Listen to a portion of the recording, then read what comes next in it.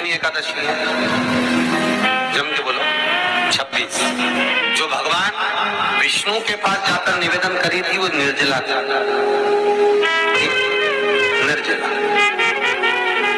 इसलिए सारी एकादशियों में निर्जला एकादशी की महत्वता शास्त्र प्रमाण करता है। पर हिंदू धर्म के 3 व्रत ऐसे बता दिए जिन व्रतों का पुण्य समाप्त नहीं हुआ।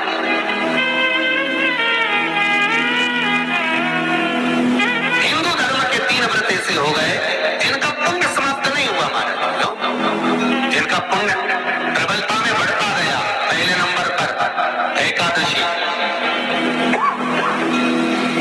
दूसरे नंबर पर प्रदोष और तीसरे नंबर पर शिवरात्रि। और निर्जला के दिन शिव महापुराण की कथा करती है, स्कंद पुराण करती है एकादशी का क्रम भले ना करें, पर निर्जला एकादशी के दिन जो तुलसी हम ठाकुर जी को समर्पित करते हैं वो तुलसी, ध्यान में देना, वो तुलसी अगर मान लो आपके पास में रखिए।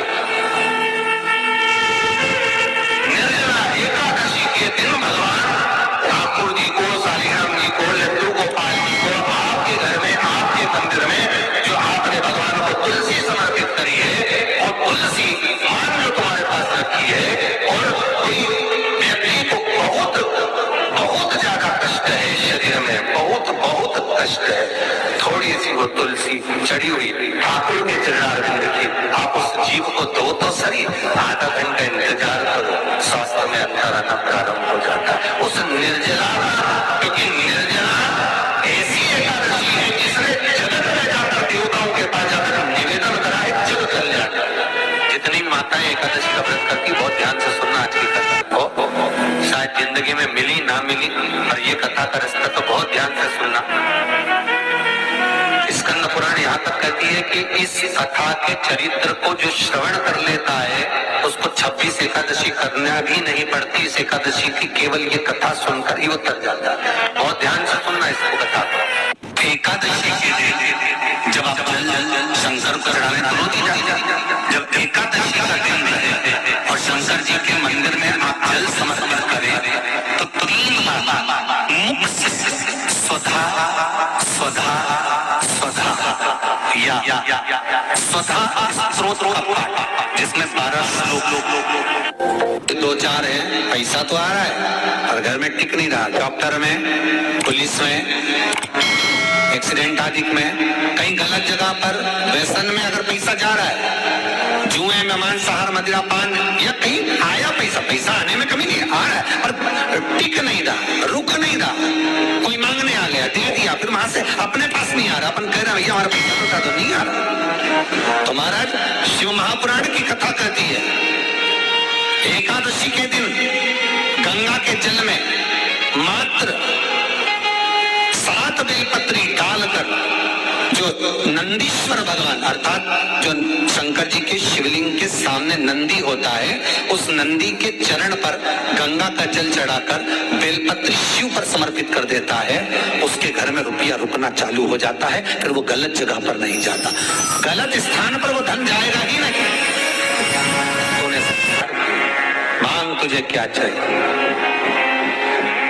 एकादशी ने भगवान विष्णु से कहा, नाथ प्रभु वर दे दो, मृत्यु लोक में जो मनुष्य मेरा व्रत करेगा, चाहे जलचर, थलचर, वायुचर या सांसारिक मनुष्य, मेरा अगर एकादशी का व्रत करेगा प्रभु, उसके यहाँ धन धान्य वैभव सुख संपदा बढ़ेगी और उस जीवात्मा को नरक नहीं भोगना पड़ेगा, सीधे वैकुंठ का उसको वास मिलेगा।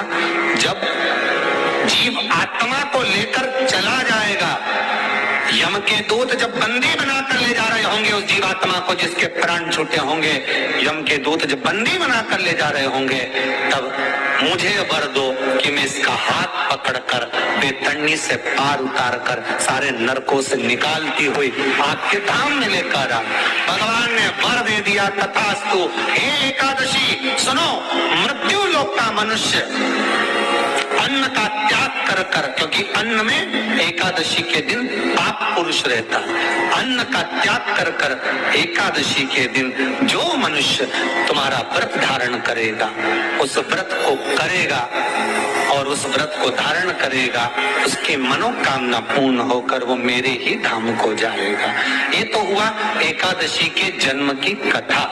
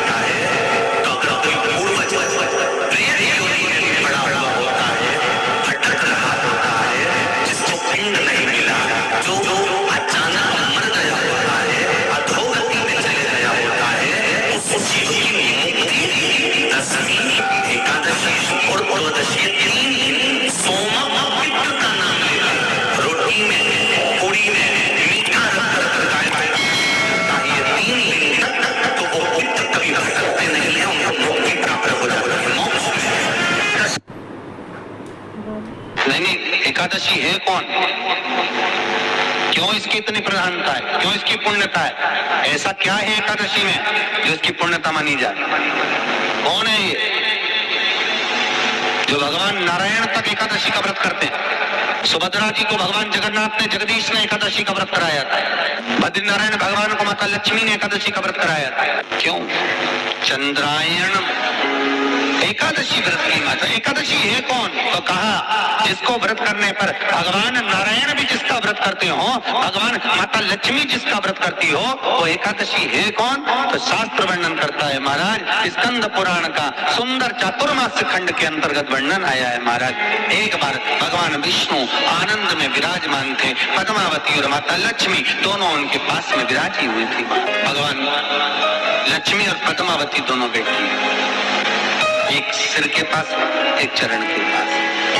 कुछ समय बाद वहीं पर ब्रह्मदेव का आगमन हुआ और ब्रह्मा जी आगमन पाकर भगवान नारायण पद्मावती से लगकर उठे और उठकर लक्ष्मी की ओर झुके। झुकने पर इन तीनों के समागम से भगवान नारायण के हृदय चित्त से एक कन्या प्रकट हो गई। उस कन्या का नाम एका था। क्या नाम था? एका। अब 10 उसके गुण इतने प्रबल थे, वो 10 गुण उसके बड़े प्रबल थे कि वो एका जिसको निहारती थी उसको संपदावान बना देती थी, जिसको देख लेती थी उसके जीवन में वो आनंद की अनुभूतियां करा देती थी। एका जिस मार्ग से जाती थी उस मार्ग के द्वार खोल देती थी। एका का पुण्य इतना पुण्य प्रखर। पद्मावती और लक्ष्मी ने कहा, महाराज ये बेटी आपके द्वारा निर्मित हुई है, इसका कन्यादान करना चाहिए। हमारे यहाँ हिंदू धर्म में रीति है, जिस दिन कन्यादान करा जाता है उस दिन व्रत रखा जाता है।